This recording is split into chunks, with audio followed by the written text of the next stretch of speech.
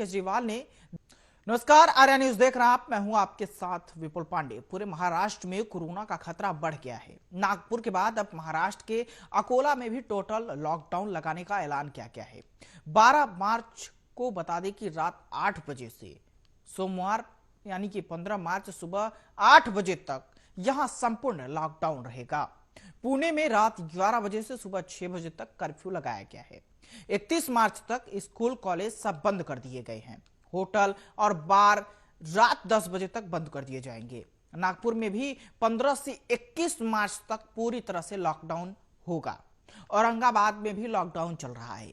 महाराष्ट्र में 14,317 नए केस दर्ज किए गए हैं। राज्य में कुल एक्टिव केस अब 1 लाख के पार हो गए हैं।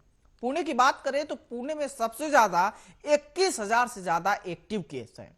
तो कहीं ना कहीं जिस तरीके से कोरोना का प्रकोप बढ़ रहा है तो ये चिंताजनक है। और लगातार जिस तरीके से एक बार फिर अंदेशा अंदाजा ये लगाया जा रहा है कि एक बार फिर लॉकडाउन लगने की संभावना है।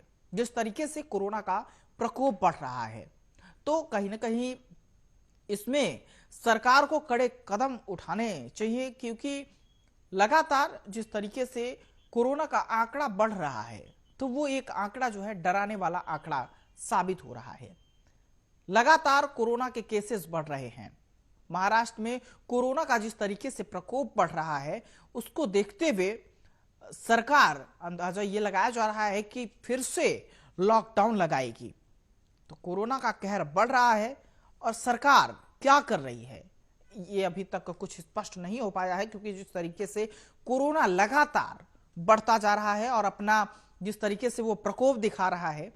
तो अकोला की बात करें तो अकोला में भी जिस तरीके से लॉकडाउन की घोषणा की गई है और इन सबको देखते हुए लॉकडाउन की घोषणा की जा रही है। कोरोना का समय चल रहा है, लेकिन जिस तरीके से वहां पर कोरोना गाइडलाइंस की धज्जियां उड़ाई जा रही है, इस पर वहां के पुलिस प्रशासन और प्रशासन जो है उन पर सवालिया निशान खड़े हो रहे हैं। किस तरीके की आखिर क्या मजबूरी है कि ऐसे लोगों पर कार्रवाई नहीं की जा रही है? आखिर क्यों सरकार विफल है? जिस तरीके से केसेस बढ़ रहे हैं लगातार, उसमें आपको बता दें कि अभी हाल ही में एक वीडियो सामने आया था। 10 मार्च का वो वीडियो था जिसमें 700 लोग एक समारोह में शामिल थे। तो इतनी बड़ी संख्या में जिस तरीके से लोग शामिल होते हैं, तो जहां तक आपको बता दें कि सरकार का आदेश है कि 50 लोग से ज्यादा किसी भी कार्यक्रम में शामिल नहीं होंगे, और वो भी कोविड का जो नियम है, गाइडलाइंस है, उसे पालन करते हुए, कोरोना का जो गाइडलाइंस है उसे पालन करते हुए इस कार्यक्रम को किया जा सकता है। लेकिन जिस तरीके से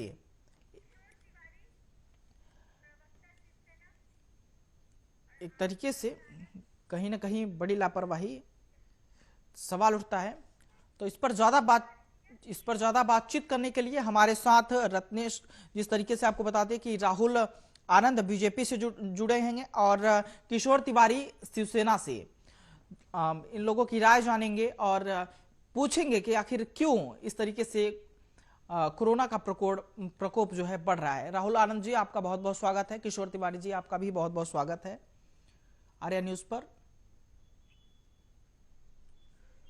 जिस तरीके से लगातार कोरोना का केस बढ़ रहा है और आंकड़े बढ़ रहे हैं, तो सरकार इस पर क्या कर रही है? पहला सवाल है किशोर तिवारी जी आपसे।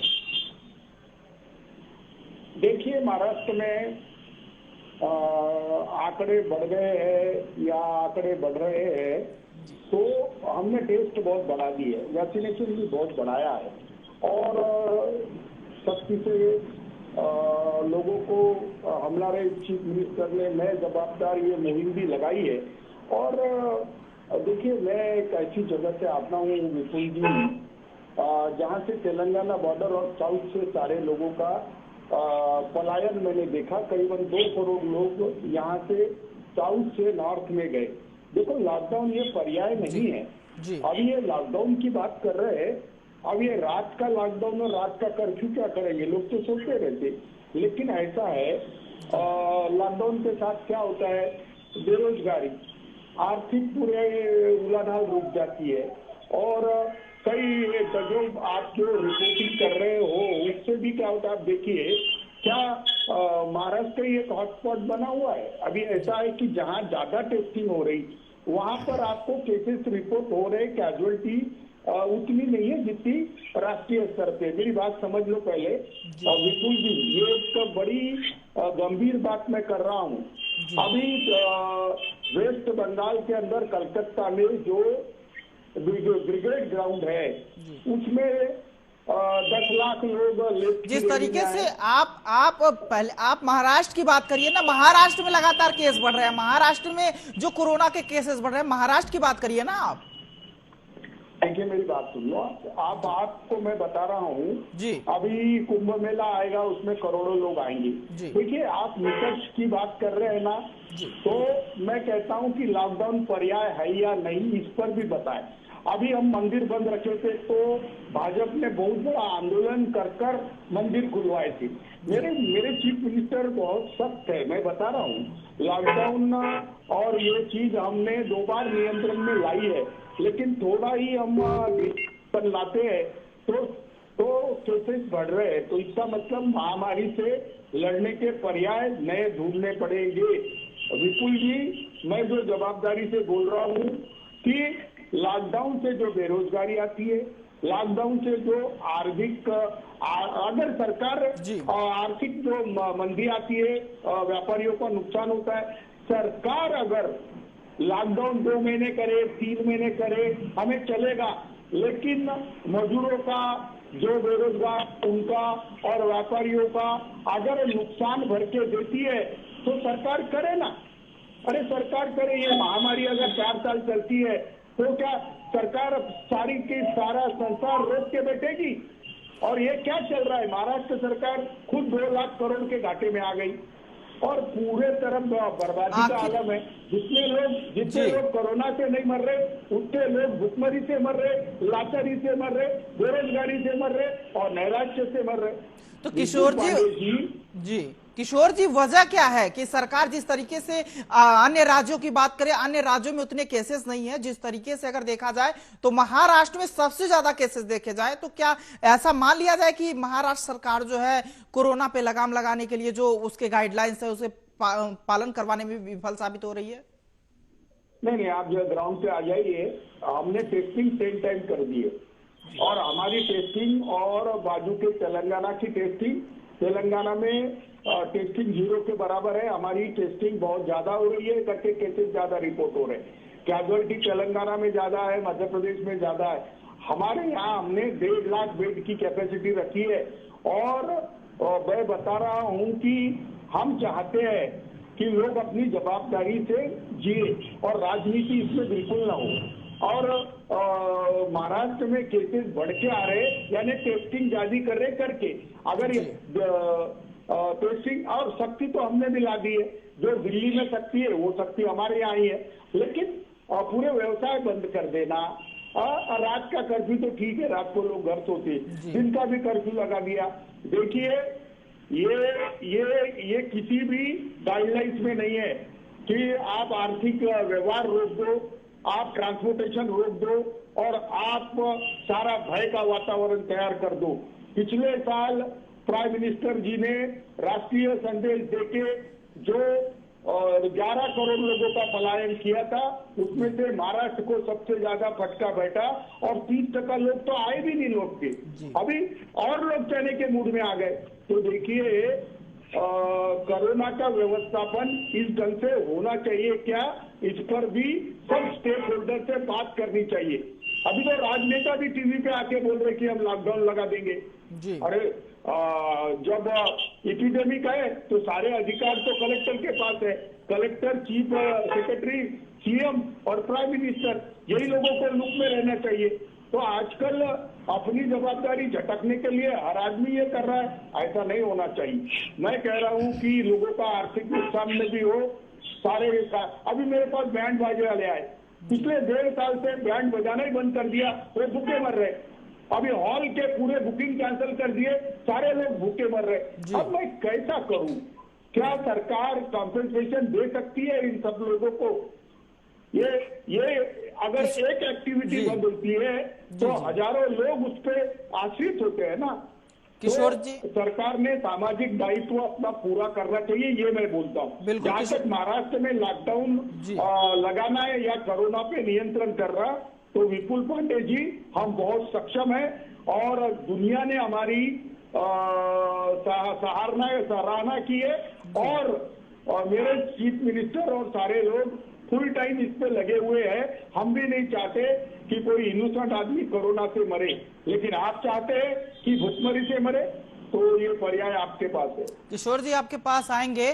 राहुल आनंद जी, आपसे एक सवाल है कि जिस तरीके से कोरोना का प्रकोप लगातार महाराष्ट्र में बढ़ रहा है, जब मंदिर कपाट बंद किए गए थे तो आप लोग ही सड़कों पर उतरकर मंदिर के कपाट खुलवाने के लिए कह रहे थे, लेकिन आज जब कोरोना के केस लगातार बढ़ रहे हैं तो इस पर आपकी प्रतिक्रिया क्या रहेगी? देखिए, तो मैं विपुल जी बताना चाहूंगा और शिवसेना के माननीय प्रवक्ता को भी मैं समझाना चाहूंगा कि इन्होंने जितनी बातें बोली मैं बड़ी ध्यान से सुन रहा था उनकी सारी बातों को। और मैं आपको बताऊं कि जब भारतीय जनता पार्टी ने मंदिर के कपाट खुलवाने के लिए जब कहा था, तो वो कब कहा था? वो तब कहा था जब स्थिति इनकी तरफ से सामान्य बताई जा रही थी और इन्होंने धीरे धीरे करके रोटेशन में सारी चीजों को खोलना शुरू कर दिया था, तब मंदिर खोलने के लिए कहा गया था।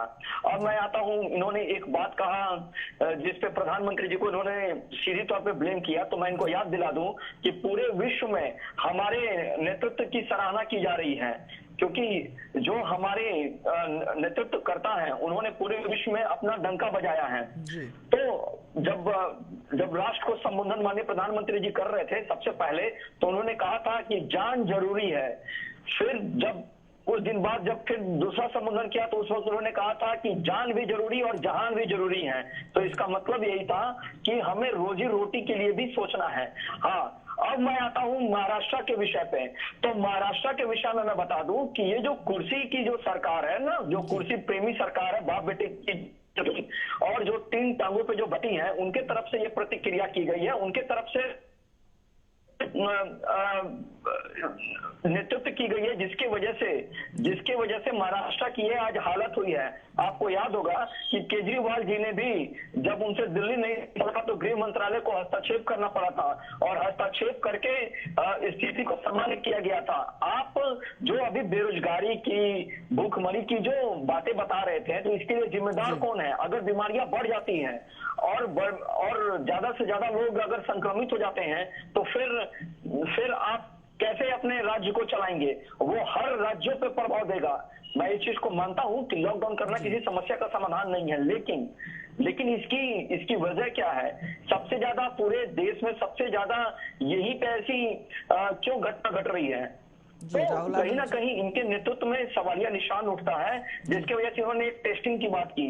तो टेस्टिंग अगर आप कर रहे हैं फिर भी आपसे बीमारी कंट्रोल नहीं हो रही है, ऐसा क्यों हो रहा है? जी, राहुल आनंद जी आपके पास आएंगे, दोबारा से आएंगे। जिस तरीके से किशोर तिवारी जी कह रहे हैं, आपने सुना कि किस तरीके से उनका कहना है कि लगातार जो है कोरोना का जो केस बढ़ रहा है इसकी जिम्मेदार सरकार है। तो सरकार, आखिर जब सरकार ने आदेश दिया था कि सिर्फ किसी भी समारोह में 50 लोग से ज्यादा शामिल नहीं होंगे, तो प्रशासन के नाक के नीचे 700 लोग जिस तरीके से कार्यक्रम में शामिल हुए हैं, तो क्या इस पे क्या कहा जाए? देखिए, ये तो इनके सरकार की रणनीति पे सवालिया निशान है। जहाँ भी लोग नियम तोड़ते हैं तो उन पे कानूनी कार्रवाई होती है। महाराष्ट्र में तो संसद सदस्य ने भी जब कानून तोड़ा तो उनपे भी कार्रवाई की गई। आप समझ लीजिए, गाइडलाइंस को तोड़ना नहीं चाहिए, समाज अपना उत्तरदायित्व पूरा करे। आप जो केसेस की बात कर रहे हैं, तो हमारे यहाँ टेस्टिंग हमने बहुत ही उच्च स्तरीय और 10 टाइम बढ़ाया है। तो आप जांच करोगे तो मालूम पड़ेगा। अभी आप मुझे राहुल आनंद जी ने बोला, तो अभी 1 करोड़ का कुंभ मेला क्या आप बयान करोगे? मुझे बताओ। आप पंतप्रधान की जो रैलियां है 10-10, 20-20 लाख की, वो क्या बयान करोगे?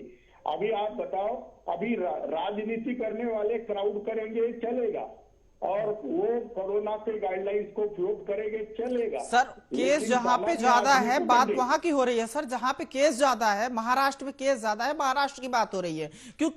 क्यों इतने लगातार केस बढ़ रहे हैं? महाराष्ट्र बड़ा शहर है, वहां पे काफी लोग रहते हैं, तो आखिर सरकार कैसे लगाम लगाएगी? इस तरीके से केस बढ़ रहे हैं, एक चिंता का विषय है। है पांडे जी, अभी बताओ, अगर मध्य प्रदेश और यूपी में हमारी उतनी टेस्टिंग करोगे तो दुगने पेशेंट आएंगे।